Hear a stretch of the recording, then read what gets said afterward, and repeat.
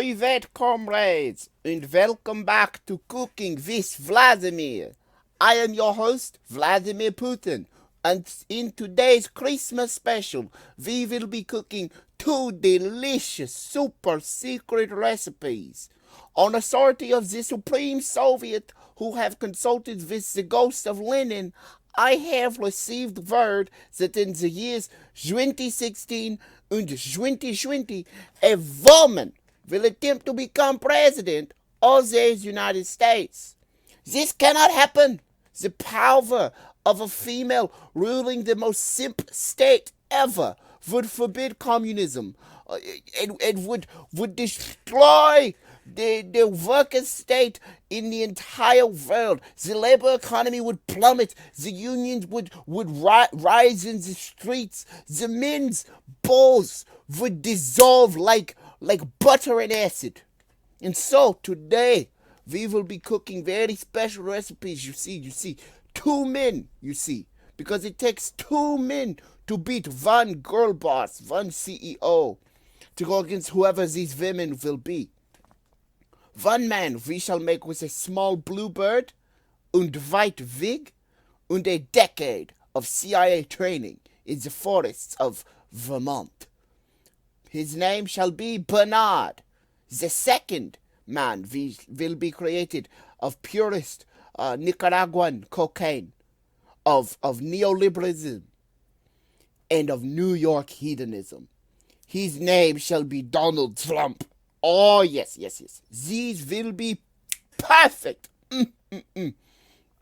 Let us begin after a brief message from our sponsors.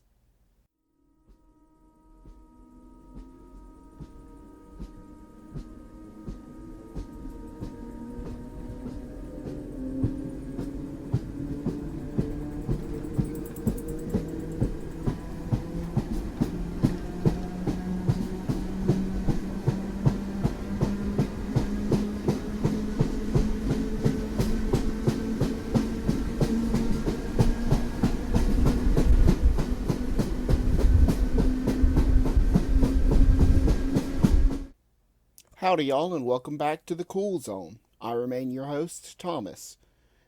Today's episode is quite a special one, I suppose.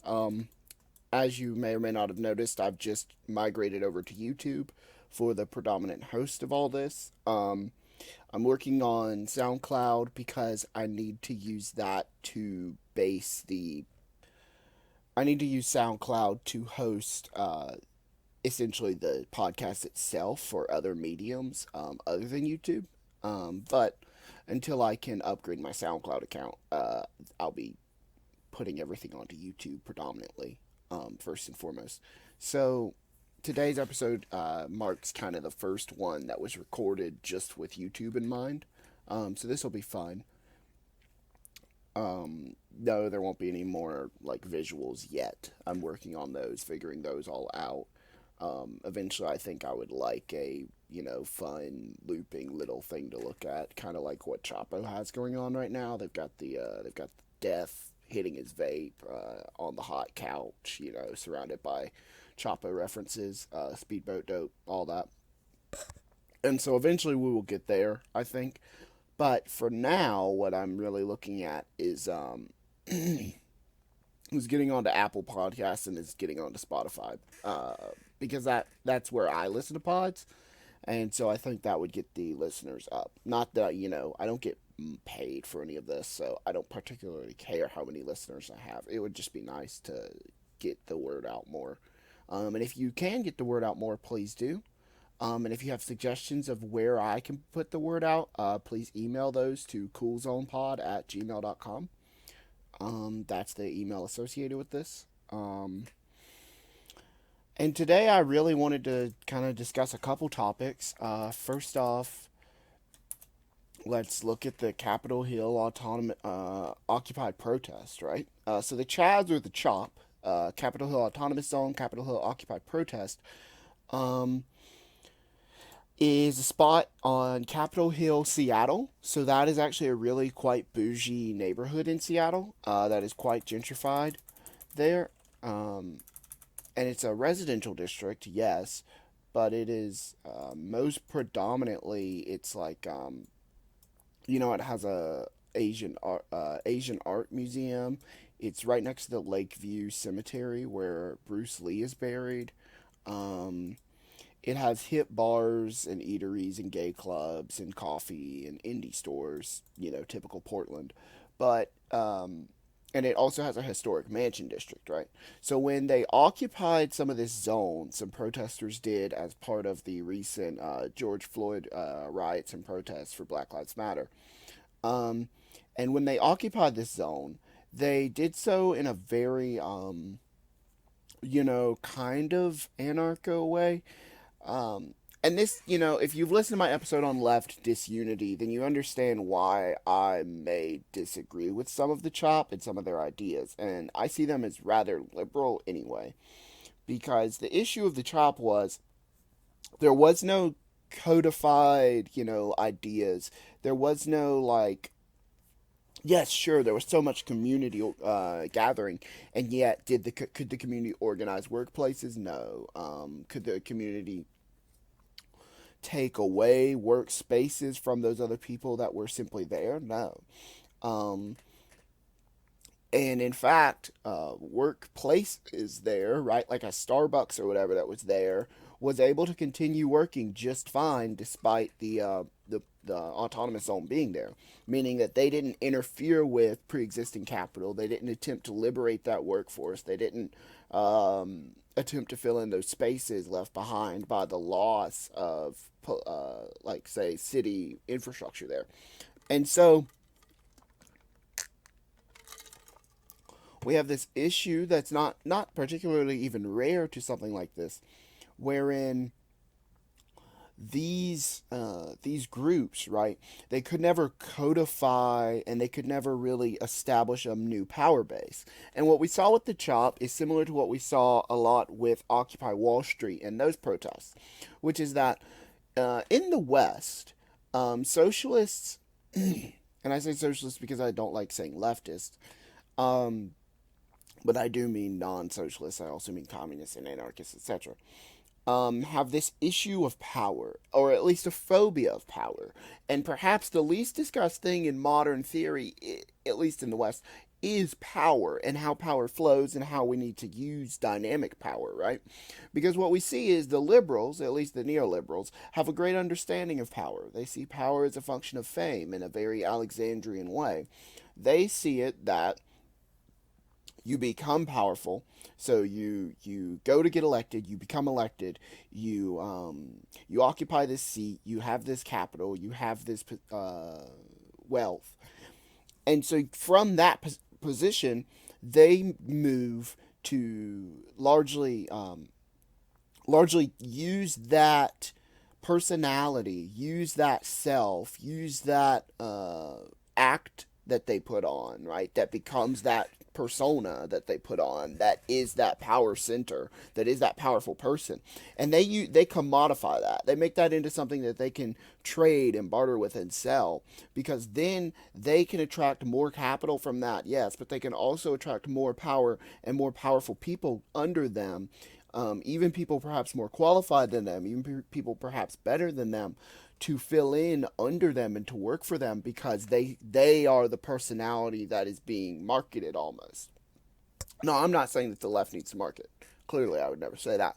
What I am saying is that until we can create a small cultural space that can then grow, that can say, you know, we will still have a hierarchy. There will still be a party. There will still be things that get done, and there will still be someone leading the way. Not because I think that that's necessary forever, but because I see that that is necessary to combat capital at all, if we plan to, if we are able to, which we must plan to and we must be able to succeed, to survive, right? And for the proletariat to survive, right?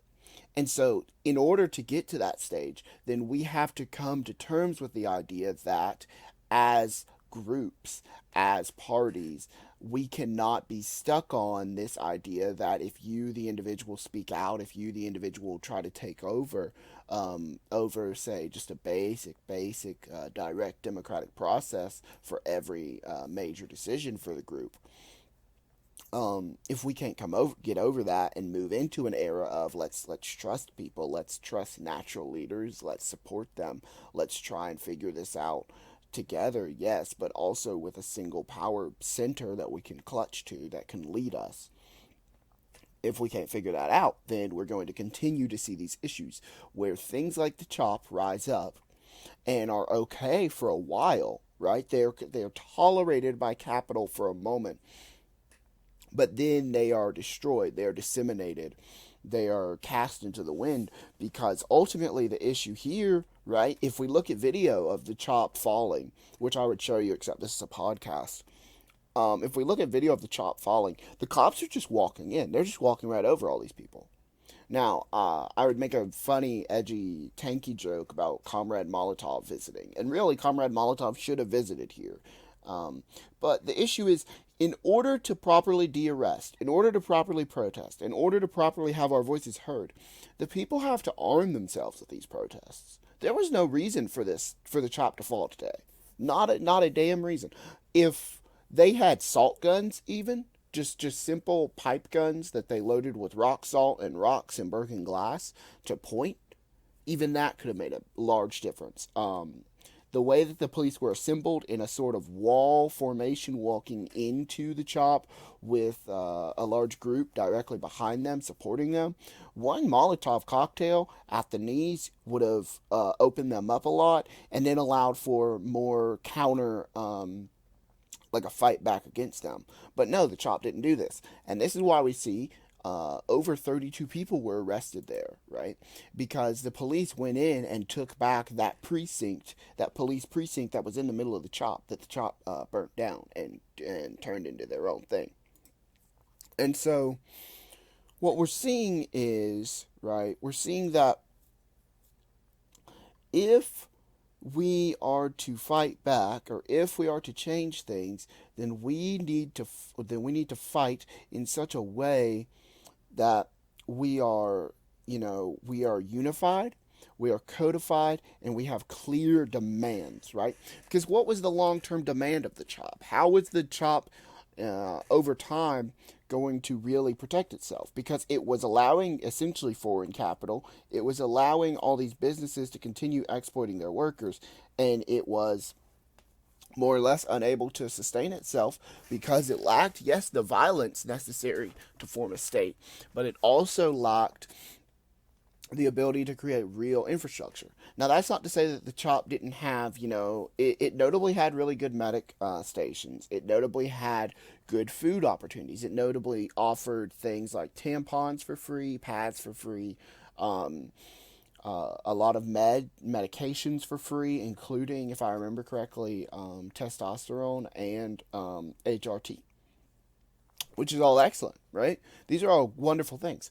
But we have to do these things and defend the ability to give these, because if we cannot defend our ability to offer all of these services as a social collective, then the services are no good, because the services are not they're not prolonged, right? We have to be able to prolong them. We have to be able to offer them long term, and we have to have very clear ways in which we will do so. Or else we risk detrimenting the community overall, right?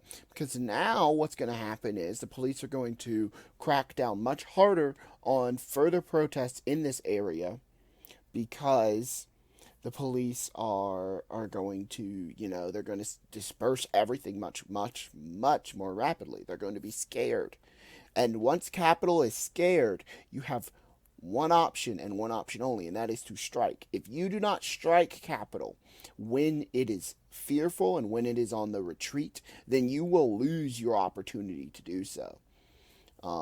In game design, we have this concept where you never want to prolong a game preternaturally.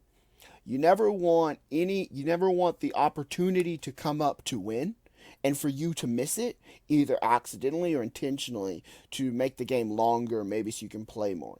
Because the moment that that game continues past its natural due date, you have opened up the opportunity for it to kick back at you, and you've opened up the opportunity for you yourself to end up losing, but you have also opened up another element of risk, because the greater risk within that game, the greater risk within an operation like the Chop, is to capital, at least initially. Because once you have initially made that foothold, others can see that and others will try to exploit that, right?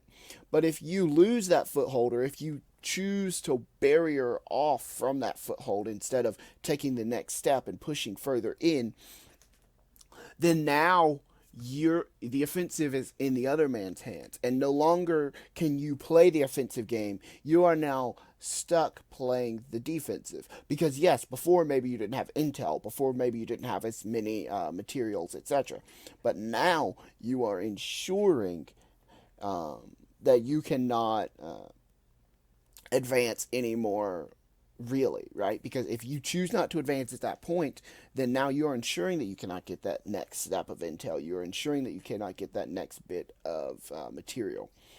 And this was one of the big dangers of the Chop.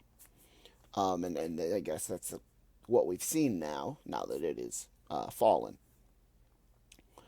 My next topic was the recent Reddit bans. Now, I'm not a big, how do I say this? I quite liked Reddit for quite a long time, which is kind of sad, I suppose. Reddit's pretty dumb. Don't use social media. It's dumb. It's for simpletons and dullards. It will make you a worse person. But I used it because I liked, I liked r/Chapo Trap House. If you couldn't tell, I'm a Chapo fan. Disgusting. Um, and I liked the memes there and the culture there. But Reddit has recently banned them, and by recently I mean Monday. They banned R Chapo Trap House. They banned R Chapo 2. They banned R More Tanky Chapo, if I remember correctly. And they also banned a couple far right subs. These bans, this recent wave, was predicated by the Anti Defamation League, the ADL. There are high odds this video gets torn down for me saying the ADL. There are also high odds someone calls me an anti Semite for attacking the ADL.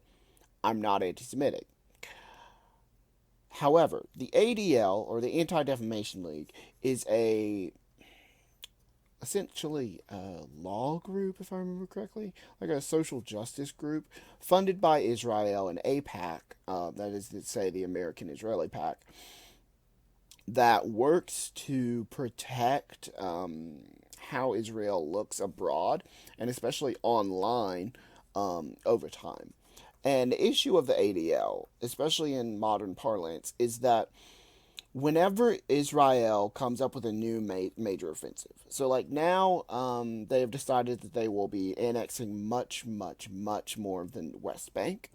And because they are setting up this offensive, Netanyahu has called for the ADL to ensure that online dissidents are removed from the issue, because he cannot deal with online dissidents, because that could backfire on him, right? If he allows people to come out against him, even internationally on the internet, against Israel, then it could make them look bad in some foreign media, which would hurt their benefits, right? Which would hurt their arms trades, their oil trades, the troops that they borrow from other countries. It could reveal some of their harmful practices, or at least it could popularize those harmful practices.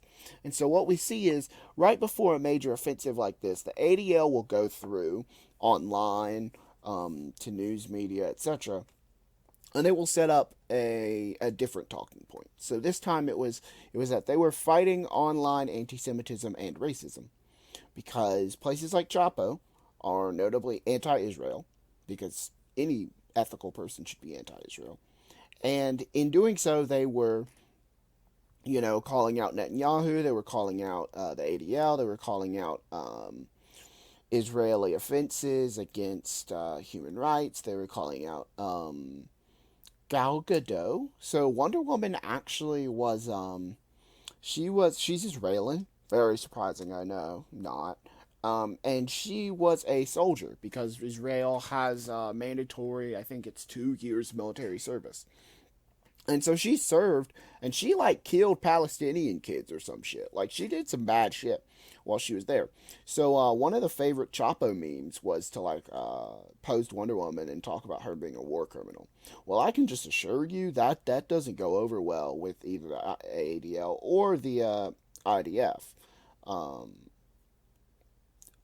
and so because of that and because of actions like that, we see that they're going to create this whole counter media narrative, right? Israel's going to say protesters from Palestine have been throwing rocks at them, protesters from Palestine have been attacking, say, settlers in the middle of occupied Palestine, etc., etc. But they're not going to discuss how what offensives they have committed. They do this very similarly to America, right? Here in the states, we see that if you look at things like the border, um, all these camps that are popping up were started by the Obama administration as early as 2009, and they have been systematically imprisoning children, removing them from their parents, sexually assaulting them, selling them into sex slavery, quote unquote, losing them. Which we assume is actually just a foreign adoption ring run by the government. Very horrible things happen to people in these camps, especially children. And much of this is predicated, or was predicated, or initially by the Obama administration. So it is always very interesting when the liberals blame it on Donald Trump, when in reality it was their own poster boy, Barack Hussein, who started it. But the issue comes from the fact that within the liberal parlance, or within the communities that have been established through which people find information, right, through the mainstream media, we have essentially just discovered that over time, we society has shifted its views on media. Anywhere else on Earth, except save perhaps America, and maybe places like the UK, other imperial cores, you just assume that the media is run by the state and is propaganda. And there's at least one wing of the media that is explicitly such. However, in America, it's this interesting phenomenon wherein Americans assume that their right to quote unquote free speech and free press mean that the state does not interfere in their news media. Now, if we look at the Wall Street Journal versus USA case back in like the early aughts, or maybe it was the 90s, we see that essentially what has happened over time is that the American state, or the American interior state, right? It's like the FBI, the not the DEA, but the Defense Department, the Justice Department, have all colluded to essentially either blackmail or just outright buy out any media personalities. They also will put former operatives from places like the CIA or the FBI or Homeland Security or the Secret Service into quote unquote correspondent, quote unquote reporter, quote unquote journalist positions within these organizations, and use that soft power of essentially collegiate ties, right? Essentially, alum networking to reduce the presence of concepts counter to them within the press. And so, what's happened in America is that all the media on all sides really wants the same things. It's just that it's just a question of how civil are they about saying it. And so this has created a very interesting false dichotomy, but also a false battle narrative within those media landscapes, wherein we see like, oh, Fox versus CNN, or CNN is far left, even though they literally attack communism on a regular basis and believe China to be a communist hellscape that is murdering its own people in a desperate race to oppress the world. And yet somehow it also considers Fox to be far right, which it is, but it's quite liberal by American standards when it is simply going mask off occasionally with its racism. Also, notably, the most popular news source in America is Fox News. Um, And I think the Tucker Carlson show, which is run by the heir of the Swanson family fortune, that's right, Swanson Family Dinners, multi-millionaire Tucker Carlson. Um, I think he's one of the most popular shows on Fox, meaning he's one of the most popular news segments in the world.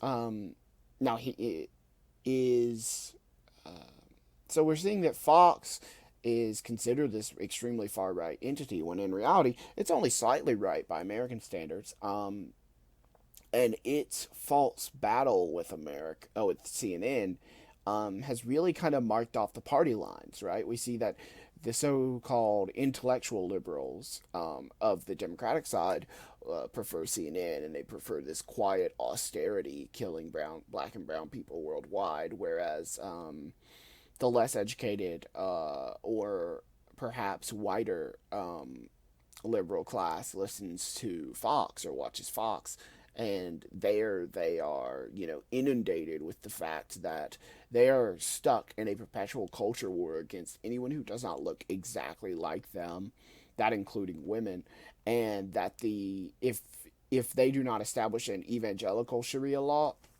then some mythical Muslims will establish their own Sharia law, which will somehow either be different and or worse. One second, I'm gonna drink my water here.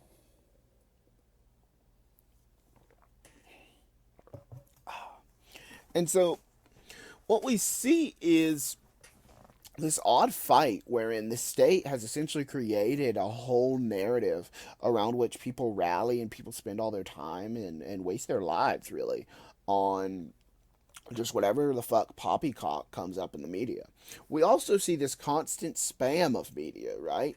Um, Over time, the 24-hour news cycle has evolved in such a way that essentially to maximize views all the time, they just constantly create new scandals or new things to watch or new concepts to look out for. And this has created a very, very paranoid state.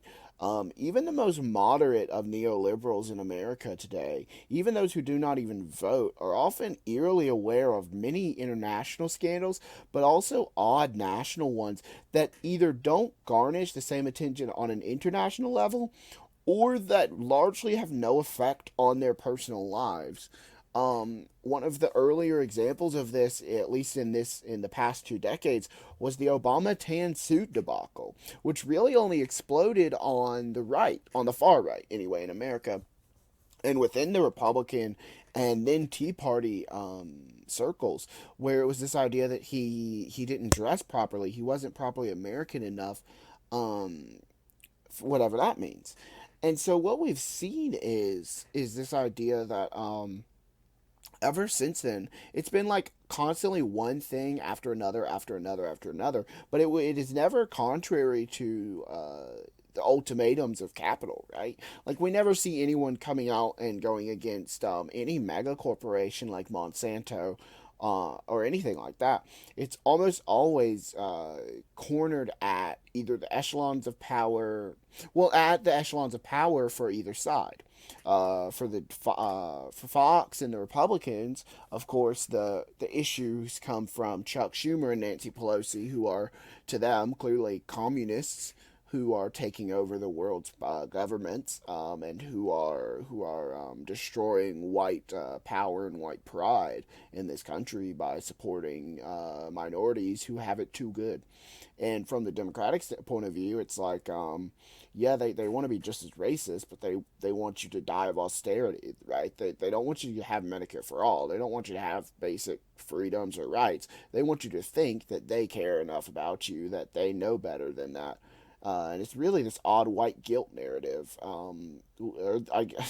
White guilt. The Democratic Party is the party of the white man's burden. Let me be very clear there. And it's this very bizarre burden that they carry, or they think they carry, in this apartheid state. Um, but the media hasn't always been this way, right?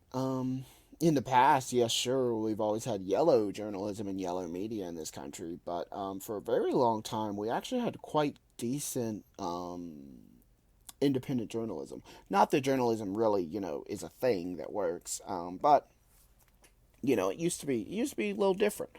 Um, and I think we will discuss that a bit later here when we dive into a very special someone. Um,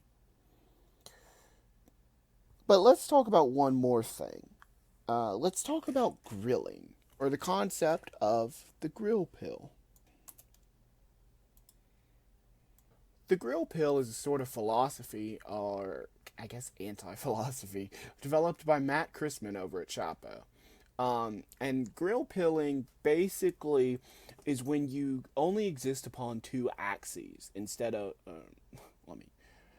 So instead of always committing yourself to praxis or always gaming, right? The grill pill would argue that in order to feel fulfilled in life, you need to do two things. You need to be active, yes, in your community. You need to do praxis. You need to read theory. You need to go help people. You need to be a good person. But in the times that you are not doing that, instead of doing something highly masturbatory like gaming, which ultimately only makes you a worse person unless it is one of very few games or you are one of very few people. You need something highly productive that you will improve at over time to do and to commit your other time and attention to, so that your praxis becomes more real as you become better at fulfilling yourself within the world, and you become a better person by acting out in something, but also so that you feel fulfilled over time and you don't get as depressed all the time, or so that the world seems better because you are getting those serotonin hits from something that is not ultimately masturbatory. You are getting those serotonin hits from something that ultimately is improving not only your life but the lives of those around you. The the supposed example of this being grilling, right? Which is that if you grill enough, and if you spend your time grilling, if you spend whatever time you're not actively making the world a better place grilling and thinking about grilling, then you will become a very good cook very quickly. And in becoming such a good griller, you will be able to enact a better world around you. You will better understand yourself so that you can better shape the society in which you live, so that you can better help people. Because ultimately, the goal of praxis is you take this theory, you take this consumed information, you synthesize it into action, and then you enact it upon the world, ideally to make it better, or at least whatever you consider to be better. And so he has a series on YouTube kind of covering this, and I've been spending a lot of time with it. Um, as y'all may or may not know, without getting too into things, I go to a selective high school in my state, and I'm a creative writer there. And this podcast has actually become a form of grilling for me, but also my writing at this time over the summer and at this COVID moment um, has become a way for me to grill from home and to improve upon one thing quite a bit, um, while also kind of de stressing and defanging.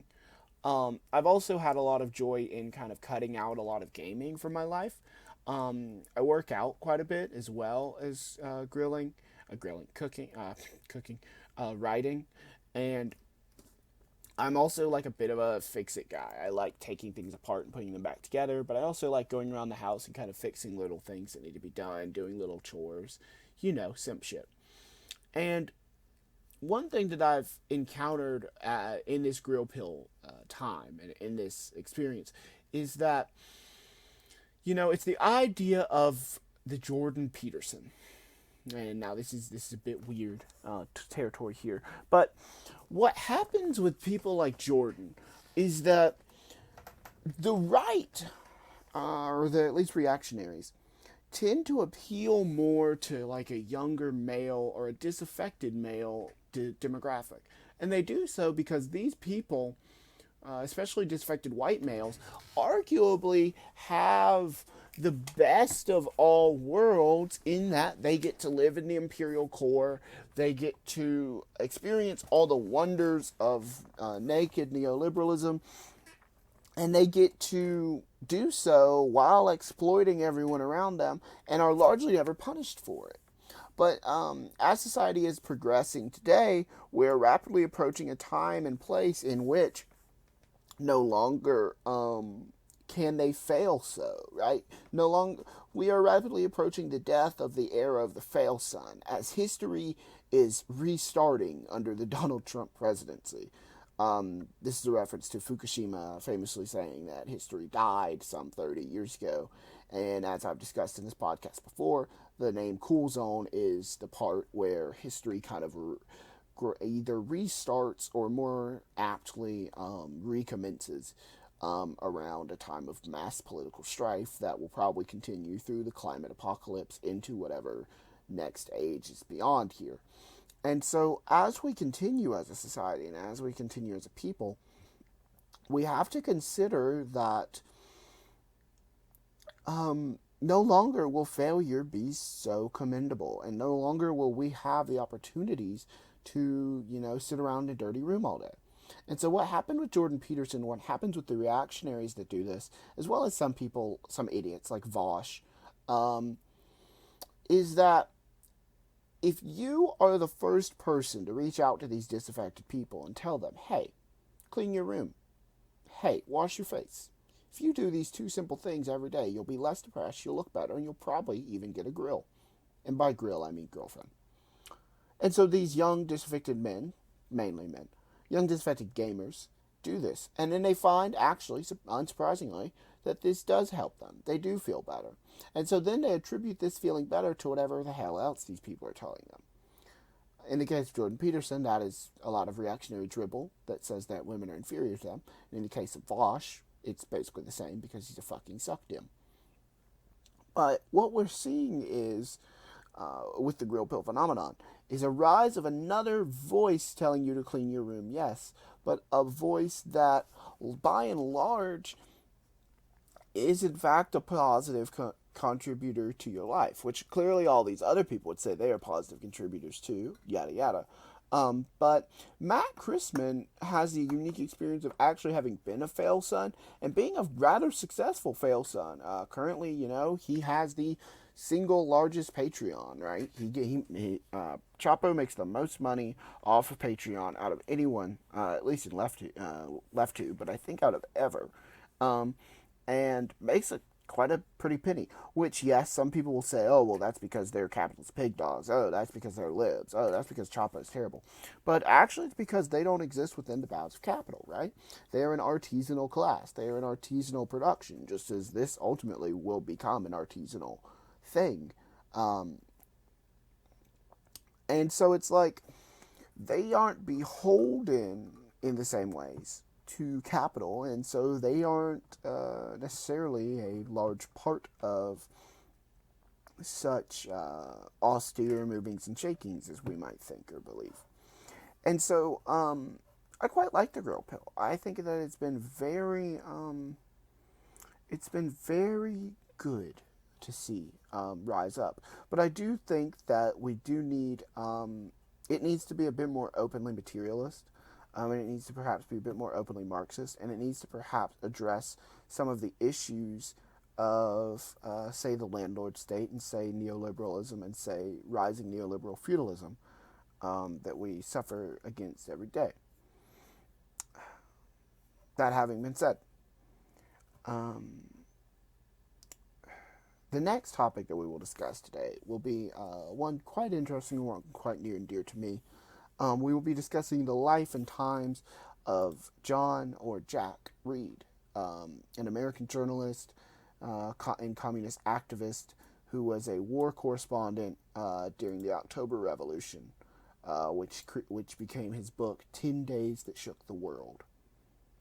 10 Days That Shook the World, of course, is one of the best sources of history about the October Revolution, which was the revolution that led the Bolshevik Party of Vladimir Lenin into, the greater revolution that befell the Russian Empire. If you want more on that, then there are other podcasts that kind of just dive into such topics. What I want to look at, right, is the life and times of Jack Reed. Because Jack, much like Matt Christman, much like many of the Chapos, is a fail son. So Jack was born October 22nd, 1887, in a mansion in Portland, Oregon. Um, he actually comes from quite a bit of money. His maternal grandfather would have been Henry Dodge Green, a man who had three major businesses in Portland: the city's gas and light company, the first pig iron smeltery on the West Coast, and the Portland Water Works, um, and who created and amassed a huge wealth in quite a short lifetime. Um, as well, Jack's father was the representative of an agricultural machinery manufacturer outfit, and he was a Portland businessman who made good money. Um, Although the most of the wealth that the family had was not his. Um, Jack grew up quite sickly, which is typical for the time. 1880s was a terrible time to be a child, certainly. Um, and so he was surrounded by nurses, and his mother hand selected his playmates and the children that he could play with, so that he would be isolated from the poor, certainly, but also from too much harm that might hurt the sickly and young boy. He had a brother, Harry, who was 2 years his junior, and they were both sent to Portland Academy, which was a small private school there at the time.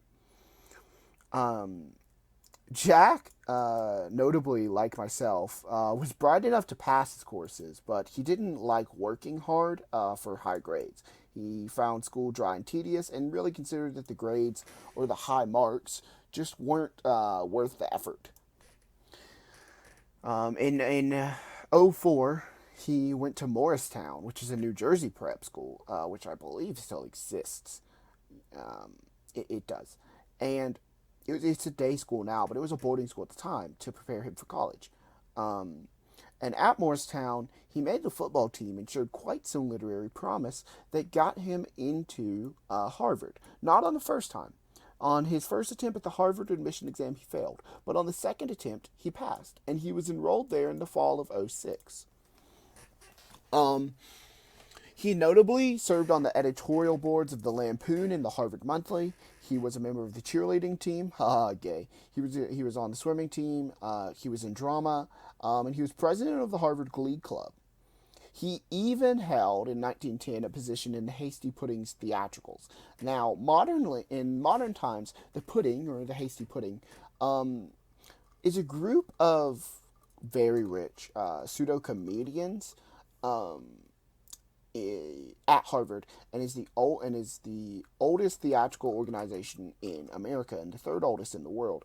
And most of it is men, and they do comedy and drag. So Jack, very gay. Many of your favorite American leaders who went to Harvard were in Hasty Puddings and did a lot of drag, which is good. I like drag. Um, he failed to make the football and the crew teams. That is, say, crew rowing for you peasants. But he was very good at swimming and water polo. He was Ivy Orator and Poet in his senior year, so he was class poet as well, which is very excellent.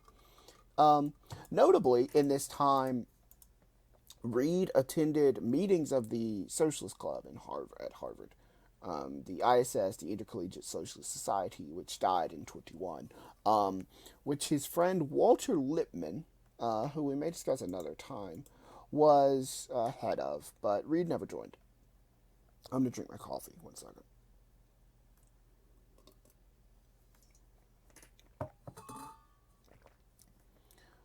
This group, with Reed in it, notably introduced legislation to the state legislature, and attacked Harvard for failing to pay its servants enough. They also petitioned the admins to establish a course on socialism. Reed later noted, all this made no ostensible difference in the look of Harvard society, and probably the clubmen and the athletes who represented us to the world had never even heard of it. But it made me and many others realize that there was something going on in the dull outside world more thrilling than college activities, and turned our attention to the writings of men like H.G. Wells and Graham Wallas, wrenching us away from the Oscar Wildean dilettantism which had possessed undergraduate literateurs for generations. So what he's saying is, it was this socialist club and it was these outings that made him a better writer. That gave him the abilities to read more serious writers and more important thinkers, such as Graham Wallas, the founder of the London School of Economics, which is one place I would quite like to attend. Um, and so Jack, and it also took them away from amateurism, dilettantism, in writing. I quite like Jack Reed. Jack also makes an appearance in a Hearts of Iron 4 mod called Kaiserreich, wherein he can possibly become the socialist leader of the United States, which is how I heard of him first before researching him. When Reed graduated from Harvard in 1910, and he set out to see more of the quote dull outside world. He visited England, France, and Spain before returning home to America. He worked as a common laborer on a cattle boat to pay his fare to Europe, and his travels were encouraged by his favorite professor, Charles Townsend Copeland, who said that he had to see life if he wanted to successfully write about it. Reed would become a journalist, and he set out to make his mark in New York, the center of industry, by using a valuable contact from Harvard named Lincoln Steffens, who was a muckraker there. He appreciated Reed's skills and landed him a job, an entry-level job at the American Magazine, which no longer exists, but was founded in 1906. Reed read manuscripts, corrected proofs, and later helped with the composition of the magazine. He supplemented his salary by taking an additional job as the business manager of a quarterly magazine called Landscape Architecture. Has this thing not been recorded? Oh, it's recording. Okay. Ooh, scary moment there. Real scary moment there. Sorry. Reed actually lived in Greenwich Village, which notably is now where Chapo 3 lives, which was then burgeoning with poets, writers, activists, and artists. He actually ended up loving New York, exploring it and writing many poems about it. His formal jobs at magazines paid his rent, but it was his freelance journalism that he really wanted. He actually collected his rejection slips. As he circulated essays and short stories about his 6 months in Europe. Eventually, he was published by the Saturday Evening Post, and then he had other things published at Collier's, The Forum, and The Century magazine. One of his poems actually was set to music by Arthur Foote, who was a wonderful American composer, one of the Boston Six. If you want really good Western music from the time, go listen to some Arthur Foote stuff. Excellent music. Also George Whitfield. Chadwick, pretty good. Amy Beach was also fun, and in that group. And eventually he would even be published at the American, where he read manuscripts. His serious interest in social problems around this time was brought about largely by a woman, Ida Tarbell, who's an investigative journalist and one of the leading muckrakers of late 19th and early 20th centuries, and who really created investigative journalism and established it as an art form. In 1913, he joined the staff of The Masses, which was a major muckraker posting, and he contributed, and a socialist one even, and he contributed more than 50 pieces to this publication. And The Masses was also one of the first magazines to really have a ton of graphics and a ton of drawings, and a ton of very beautiful ones in many changing art forms. But it was called Conspiring to Obstruct Conscription in 1917 and was closed. Notably, right, Reed would become renowned for getting arrested all the fucking time. In Paterson, New Jersey in 13, he was arrested for speaking on behalf of strikers in the New Jersey silk mills. Um, he would be further radicalized by this short stint in jail. He allied with the Socialist Union, the IWW, the Wobblies, the Industrial Workers of the World, who I've discussed before and will go into depth in about at a later date. And he actually published all of his accounts of these in June as an article called War in Paterson. Um, he also knew Wild Bill Haywood, who was then IWW leader, and joined with him to establish, put on a pageant, the pageant of the Paterson Strike, um, in Madison Square Garden as a benefit for the strikers, which was quite successful and gave them a lot of money. He traveled with Pancho Villa for 4 months and was sent there by the Metropolitan magazine, which, if I remember correctly, still exists. Yes, that's now Metropolitan, by the way. And was with Villa's Constitutionalist Army um, for many months until it was defeated by federal forces at Torreon, opening the way for the advance on Mexico City. Reed adored Villa, but the political chief under Villa was Carranza, who did not like Reed at all. Um, Reed, reporting on the Villistas in a series of articles, gained him a national reputation as a war correspondent. He deeply sympathized with the poor and opposed American interventionism, one of the first journalists to do so in a war correspondent space. Notably, we have very few of these bastards left. We need more. I would, but journalism doesn't pay. Reed's reports were collected and published as the book Insurgent Mexico from 1914. In April of 14, Reed arrived in Colorado, the scene of the recent Ludlow massacre, which was where owners were killing labor organizers. He spent a little over a week there before speaking on behalf of the miners and wrote an article called The Colorado War.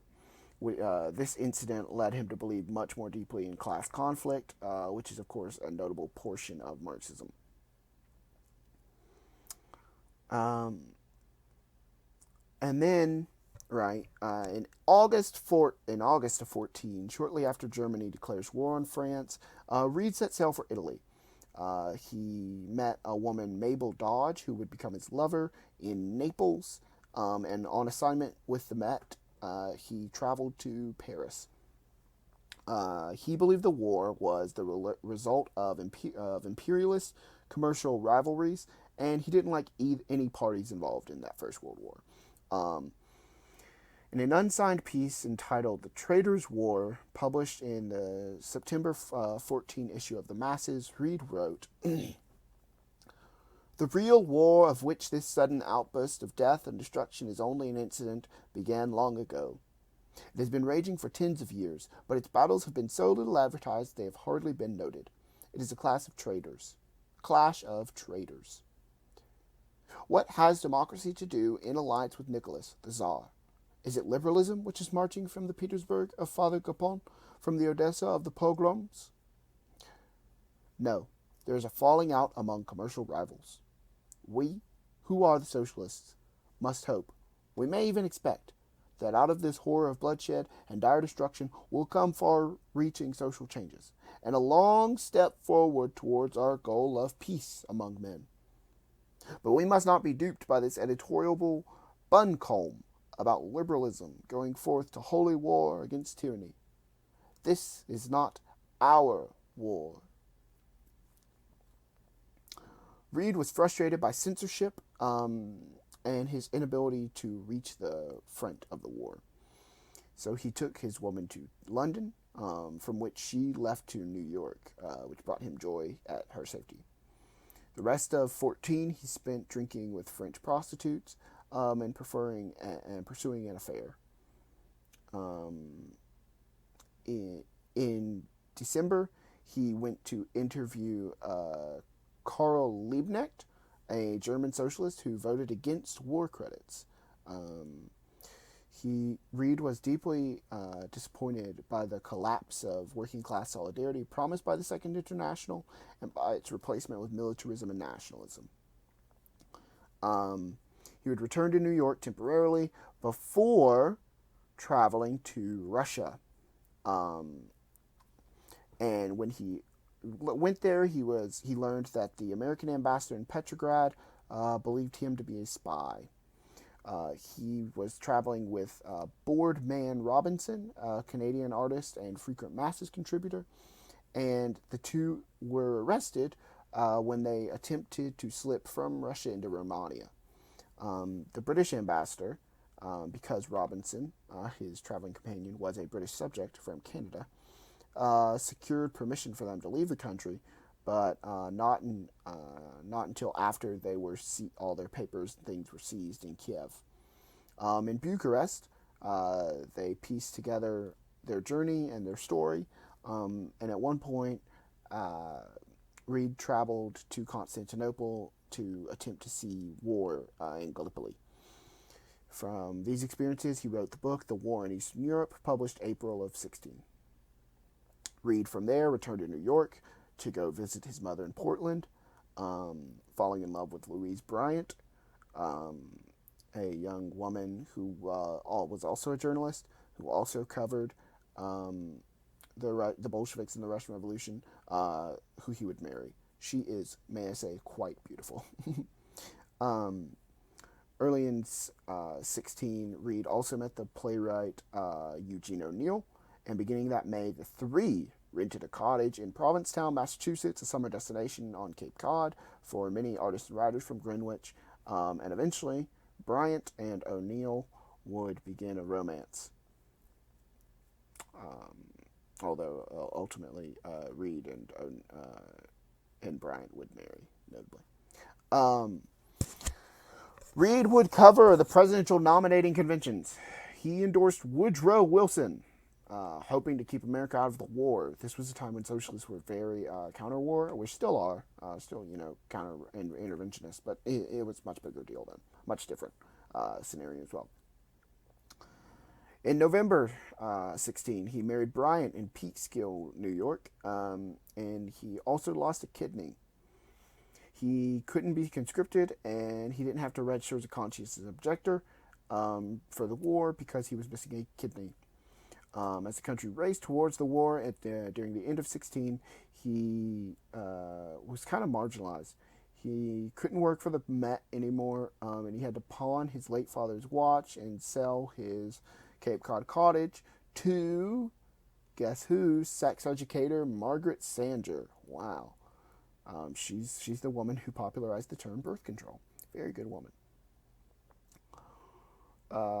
Reed would later shout at a convened meeting of the People's Council in D.C., quote, "This is not my war and I will not support it. This was not my war and I will have nothing to do with it." In July and August, Reed continued to write articles against the war for the masses, which the United States Post Office refused to mail. August 17th, 1917, Reed and his wife Bryant set sail from New York to Europe. They provided the State Department that neither would represent the American Socialist Party at the conference in Stockholm. The pair were going as journalists to report on the sensational developments taking place in the fledgling Republic of Russia. Traveling through Finland, they arrived in Petrograd immediately after the failed coup of monarchist General Lavur Kornilov. That being an attempt to topple provisional government of Alexander Kerensky, and Reed and Bryant found the Russian economy in shambles.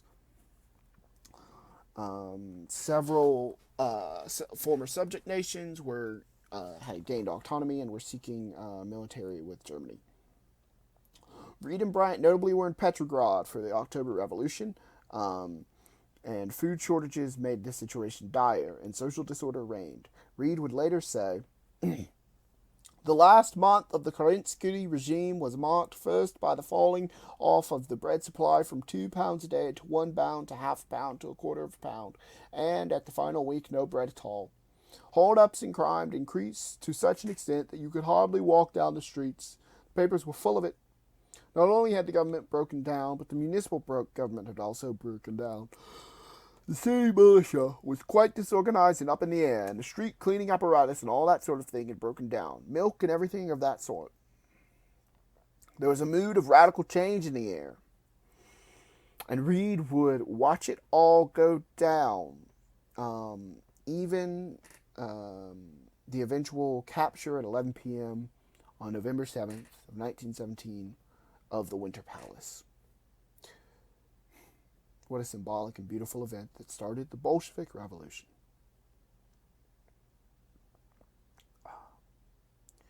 In January 1918, Reed and Bryant at least, returned to the United States. But Reed did not reach New York City until April 28th. On his way back, he traveled from Russia to Finland, and he lacked a visa and passport.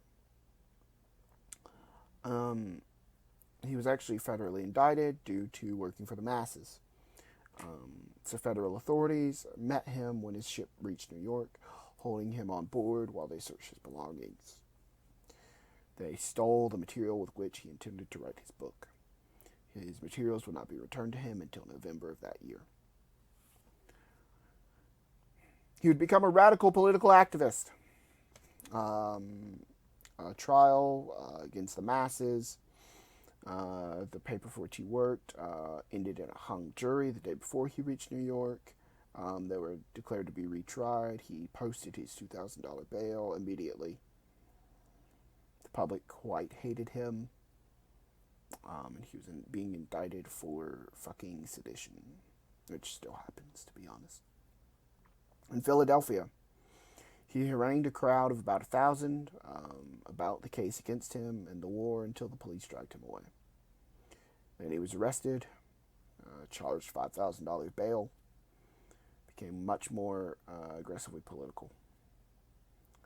In February 21st, 22nd of 1919, he was grilled by a Senate committee, thinking that he was spreading Bolshevik propaganda in the U.S., but he remained quite resilient and emerged victorious. Affiliated with the left wing of the Socialist Party, he was expelled from the National Socialist Convention in Chicago on August 30th, 1919. And he formed the Communist Labor Party of America. And the next day, the Communist Party of America.